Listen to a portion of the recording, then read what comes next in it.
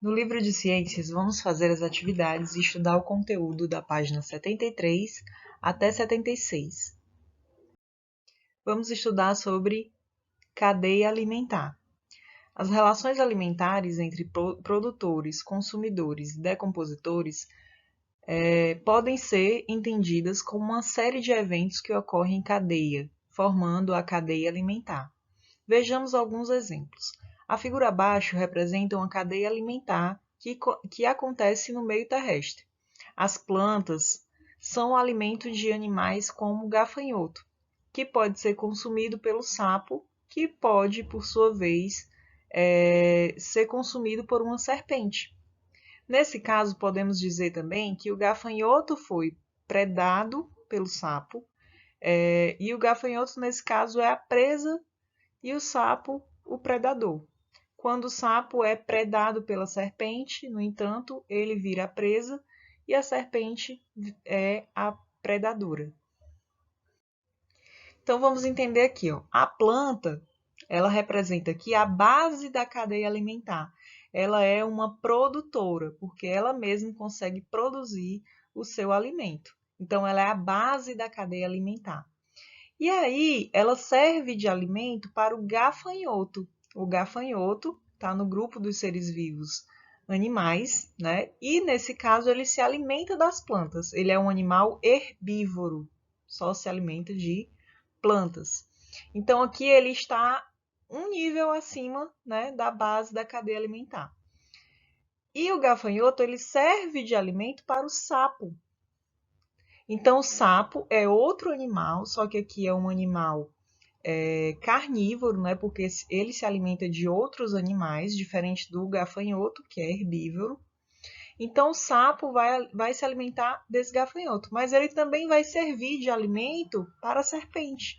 E a serpente, né, vai ser a predadora nessa história do sapo, tá bom? Então, a serpente, vejam só, ela não vai comer planta, ela não é herbívora, mas ela vai se alimentar de animais que precisam dessa base da cadeia alimentar para sobreviver, né? Então, se não tiver plantas, não vai ter como alimentar esse animal, então esse animal também vai sofrer e, consequentemente, esse aqui também vai ficar sem seu alimento. Questão 1. Analise a relação alimentar entre os seres vivos da figura abaixo. Aqui nós temos, primeiro, a planta, que serve de alimento para a lagarta, e a lagarta serve de alimento para o sabiá, e o sabiá serve de alimento para a serpente, que por sua vez pode ser o alimento do gavião. Complete as frases abaixo com o nome do ser vivo que se encaixa nas características mencionadas. Item A. A realiza fotossíntese e é um produtor. Quem é o único ser vivo aí dessa imagem que realiza fotossíntese e é produtor do seu próprio alimento? Aí você vai escrever aqui no item A. Item B. A serpente come o... Aí você vai colocar quem foi que a serpente comeu e é alimento do... E aqui você coloca quem foi que comeu a serpente. Item C. A é um consumidor herbívoro. Consumidor herbívoro, pessoal, é aquele que se alimenta de planta. Quem é nessa imagem aí que está se alimentando da planta? A imagem abaixo mostra o exemplo de cadeia alimentar em ambiente aquático. A sardinha se alimenta de um produtor, que é a alga marinha. Vejam só, aqui está a alga marinha, que, assim como as plantas, as algas também são do grupo de produtores. Elas produzem o seu próprio alimento. E ela vai servir de alimento para a sardinha. A merluza é um consumidor carnívoro, né? Por quê? Porque ela vai se alimentar de outro animal, que no caso aqui é a sardinha. Ela se alimenta da sardinha e o tubarão, por sua vez, se alimenta da merluza. Claro, o tubarão também pode comer a sardinha, mas aqui está representando, na cadeia alimentar, como essa alimentação funciona em um ciclo, né? Então, começa aqui no produtor e vai para os consumidores. Quando os consumidores morrem, os decompositores, né, fazem o papel de desmanchar todo ele, né, de decompor o cadáver, e essa decomposição gera nutrientes para os produtores, que são as plantas e as algas. Agora vamos entender o que é fluxo de energia. Quando um ser vivo se alimenta de outro, ele está obtendo a energia necessária para sobreviver. Dizemos então que houve transferência de energia do animal que serviu de alimento para aquele que se alimentou. O fluxo de energia nas cadeias alimentares tem início com a energia luminosa do Sol, que é a fonte primária de energia. É a partir dela, combinada com o gás carbônico e a água do ambiente, que os produtores, como plantas ou algas, produzem seu próprio alimento. Os sais minerais são também fundamentais para que a planta cresça e se desenvolva. Quem é que, que transforma, né, as matérias em sais minerais? Os decompositores. Mas vamos entender aqui melhor. O alimento gerado pelo produtor é fonte de energia para os animais herbívoros. Os consumidores herbívoros são, por sua vez, fonte de energia para os consumidores carnívoros. E assim a energia presente nos compostos dos organismos vivos segue fluindo ao longo da cadeia alimentar. Ao final, todos eles servirão de alimento aos decompositores. A energia trocada ao longo da cadeia alimentar é usada, por exemplo, para que os seres vivos cresçam, se desenvolvam e realizem atividades diversas relacionadas ao cotidiano e à sobrevivência deles. Então, esse fluxo de energia é fundamental para o ciclo da vida. Então, vejam só, né? O que foi que o livro explicou aqui? Eu trouxe essa imagem para explicar para vocês, tá? Então, a base da pirâmide alimentar, da cadeia alimentar, estão os produtores, que são as plantas e as algas. Aí depois, acima dela, nós temos o consumidor primário, que são os herbívoros que se alimentam dessas plantas, né? E aí nós temos os consumidores secundários, que são carnívoros já, que se alimentam dos consumidores primários. E nós temos os consumidores terciários. Quem são esses, né? São os que a gente chama de onívoros. Eles tanto comem outros animais, como também podem comer os próprios produtores, né, que são plantas e algas. E, por último, temos o consumidor quaternário. Então, vamos entender agora o fluxo de energia. O que a planta retém, né, transforma de energia para que ela cresça e se desenvolva, essa energia vai passar para o animalzinho que comeu ela, assim como a energia acumulada vai passar para o próximo animal que comer esse outro, entendeu? Então existe um fluxo, uma troca de energia entre esses seres. Ciclo da matéria. Nessas cadeias alimentares há também a transferência de matéria entre os seres vivos. Quando o animal se alimenta, ele ingere nutrientes do ser vivo que serviu de alimento para ele. Assim, os nutrientes ingeridos e absorvidos pelo consumidor podem ser usados no funcionamento do organismo e no crescimento e desenvolvimento do corpo. Os decompositores, por sua vez, transformam os restos de seres produtores ou consumidores em sais minerais e outras substâncias. Esses materiais são incorporados ao solo e podem ser absorvidos pelas plantas, fechando o ciclo que se transforma.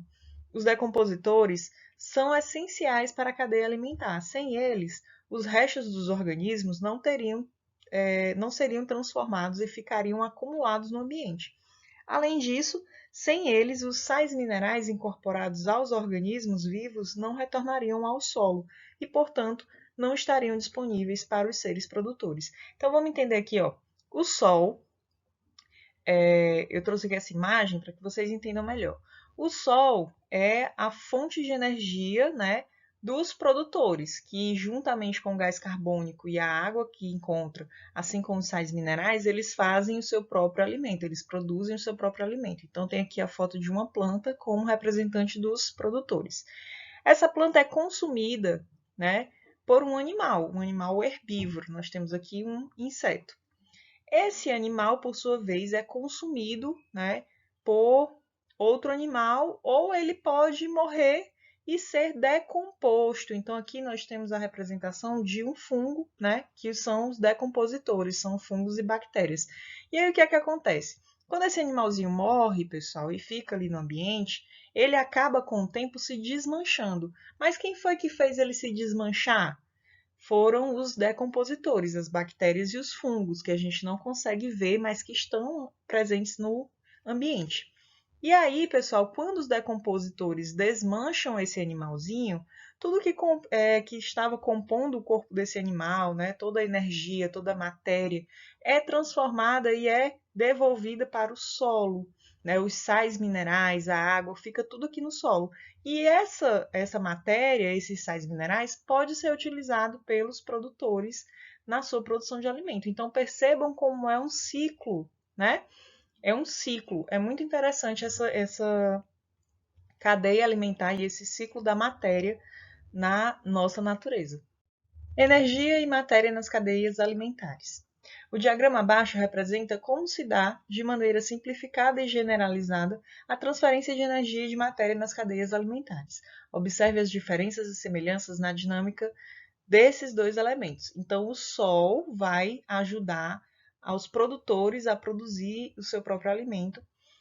E aí os animais herbívoros vão consumir esses produtores, né, essas plantas.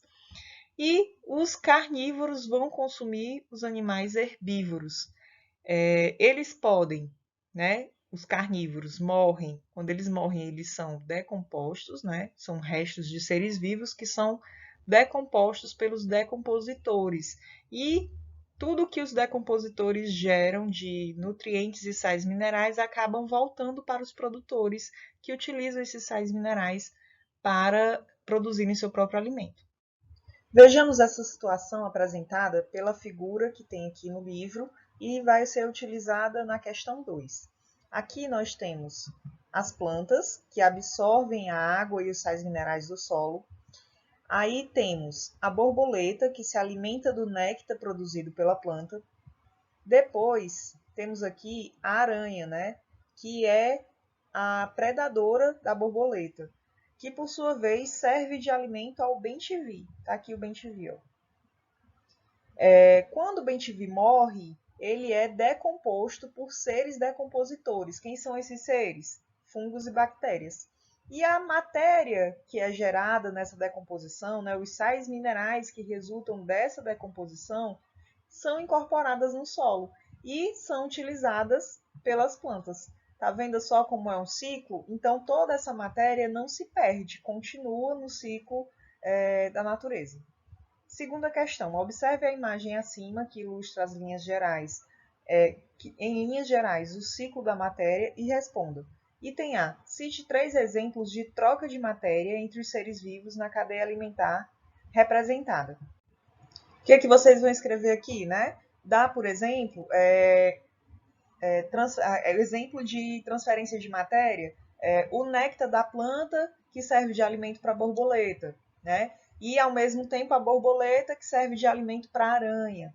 E a aranha que serve de alimento para o pássaro.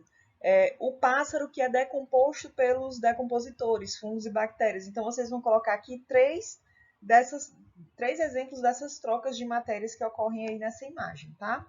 Item B. Analise a relação entre as plantas e os decompositores. Como se estabelece a troca de matéria entre esses dois componentes da cadeia?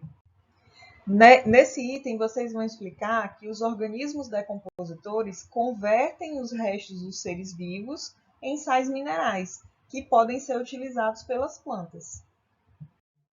E essa foi a atividade de ciências de hoje. Parabéns para quem terminou. Até a próxima!